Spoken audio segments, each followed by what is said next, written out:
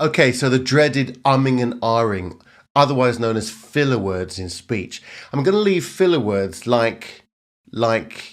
so anyway, until another video. Let me know in the comments below if you have filler words or you use filler words like that, like, anyway, that type of thing in the comments below. And it'd be really interesting to see yours. Maybe you can spot mine, actually.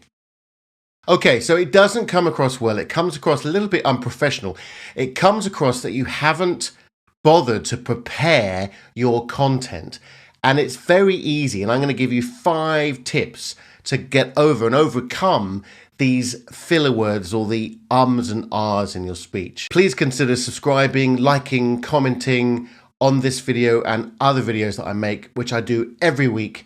And these are tips and techniques about public speaking anxiety, and really improving your voice to communicate your message much more clearly. Hi, I'm Jimmy Cannon, voice and public speaking coach, nurturing confidence through the power of the voice, changing your sound, and ultimately changing your life. I want to share with you 5 tips that are going to stop you completely if you practice umming and ahhing.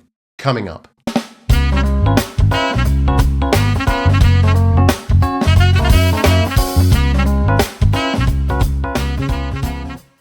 Okay, so firstly, you might have noticed a few filler words that I do all the time, which is okay, so, and it's something that I'm working on myself. So I thought I'd keep that in. Okay, so there we are. So that I haven't prepared. Firstly, it's okay to do some umming and ahhing, and that's completely normal, and especially in conversational speech. So when you're on the phone to somebody, to a friend, you're relaxed and you're not really thinking about what you're saying. You're sort of thinking about something else perhaps. But when you're doing a video like this, or you're presenting, or you're making a pitch, or you're presenting a webinar, or you're holding an event or conference, or etc., it's really, really important that you've planned and you've prepared pretty much down to the letter what you're going to say. However, it doesn't have to be completely scripted. And at some point, I'd like to let you into what I do to prepare my videos, and let me know in the comments if that's something that you'd like to find out more about. So tip number 1 is being aware that you're actually umming and ahhing. And it took a conversation with a friend of mine a few years ago to tell me that I did and ah quite a lot in my conversation. This was just on the phone. And then I looked back at my videos. I'm going to insert a video here, probably there, create a twang, particularly for musical theatre students. Who want to project the sound. Since then, I've been very aware that I need to practice and prepare myself for these videos. And I'm now much more conscious of how I speak and how I come across on camera and online and in my webinars, etc. And in fact, these tips that I'm sharing with you are things that I've actually put into practice myself. So tip number two is preparation, or being prepared, or planning your pitch, presentation, or webinar, etc. Now, I've spoken about it before. I can't emphasize more that how important this is to do.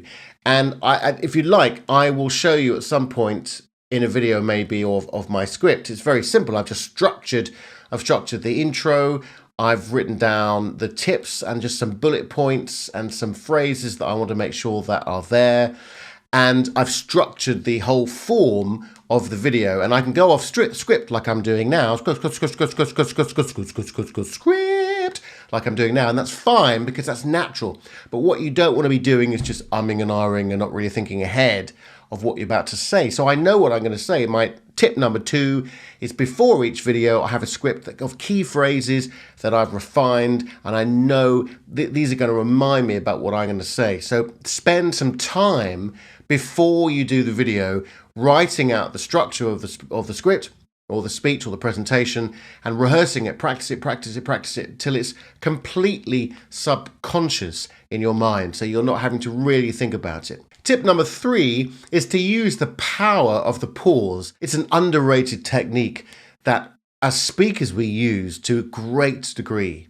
And this allows you to think about what you're going to say. It also gives a certain gravitas to the content, and it also allows your listener to digest the information that you've just said. What you don't want is a whole load of content being bamboozled at you at great speed and great pace, and for there to be no gaps for the audience just to settle and to engage with what you're saying or what you've just said. So I want to do a quick exercise with you, and I want you to say something, and then when you're ready to take a pause, like say for instance now, I want you to breathe in through your nose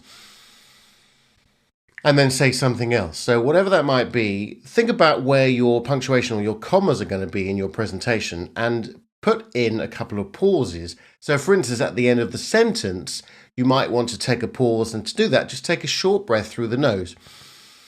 Like that. It just needs to be the amount of breath that you would say take in to smell a flower. And I have a video actually that I've done on pausing and how to use that effectively up here. Ping! So have a look at that video if you haven't done already. Tip number 4 is to close your mouth when you've stopped saying something.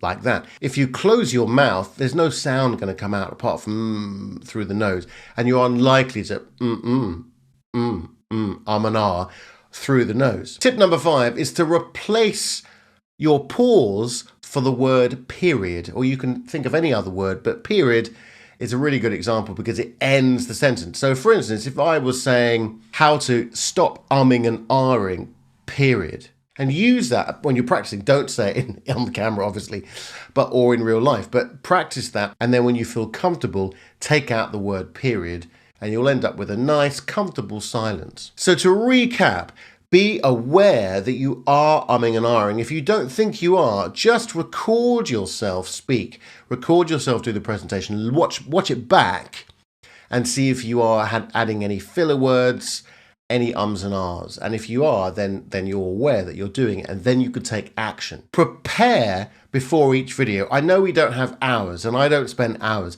I do a simple structure, simple script.